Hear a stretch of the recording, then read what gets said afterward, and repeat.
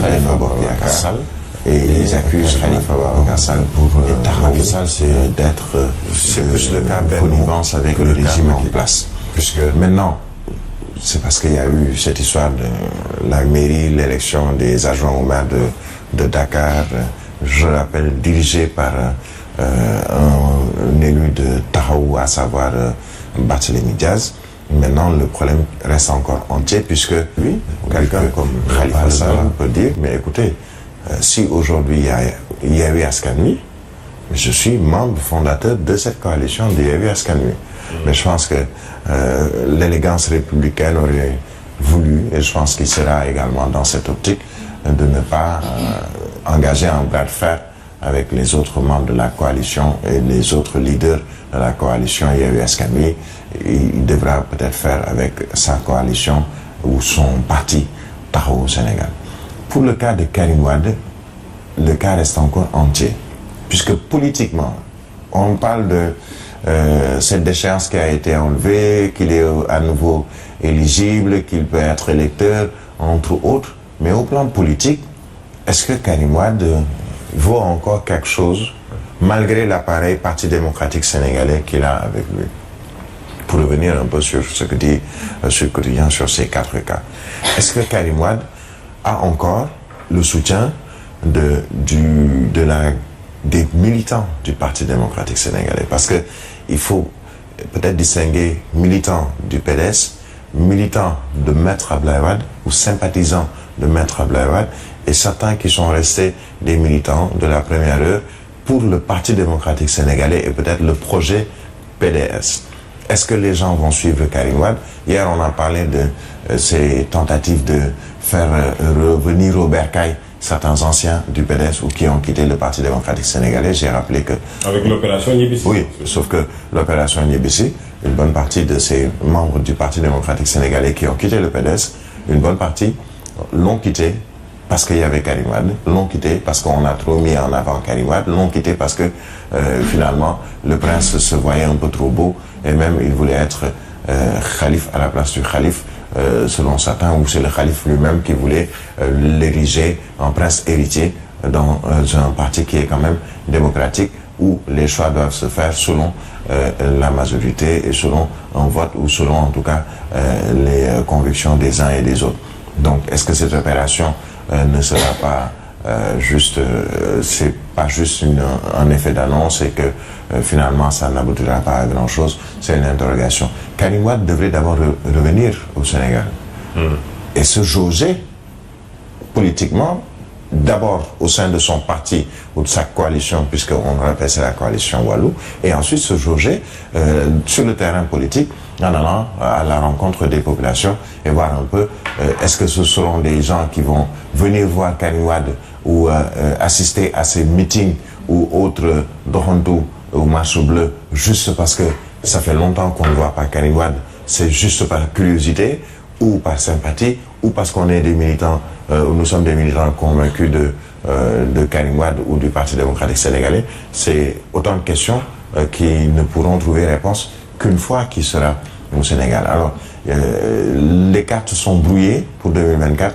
puisque aujourd'hui, sur ces 4-là, personne n'est sûr d'avoir le meilleur candidat, ou en tout cas de participer même à la présidentielle de 2024. Maintenant, peut-être ce sont les autres qui vont bénéficier de cette tergiversation politique. Quand je dis les autres, ce sont les autres leaders politiques qui, peut-être au sein de Yewwi Askan Wi, sont candidats à la présidentielle. Au sein de Benno Bokk Yakaar, il y a des candidats à la candidature qui apparemment n'ont pas l'intention de lâcher prise. Dans l'opposition, il y a d'autres candidats qui voudraient également faire ce jeu-là. On verra un peu ce que cela va donner dans quelques semaines, puisqu'il y aura le démarrage des opérations de collecte de parrainage, de parrain, donc entre autres. On verra ce que valent tout le monde dans cette histoire. D'accord. Qui perd exactement, Birahim, dans cette séparation? Et pour cela, il faut mesurer le poids de Khalifa Sall, mais également Yewwi Askan Wi parle de trahison.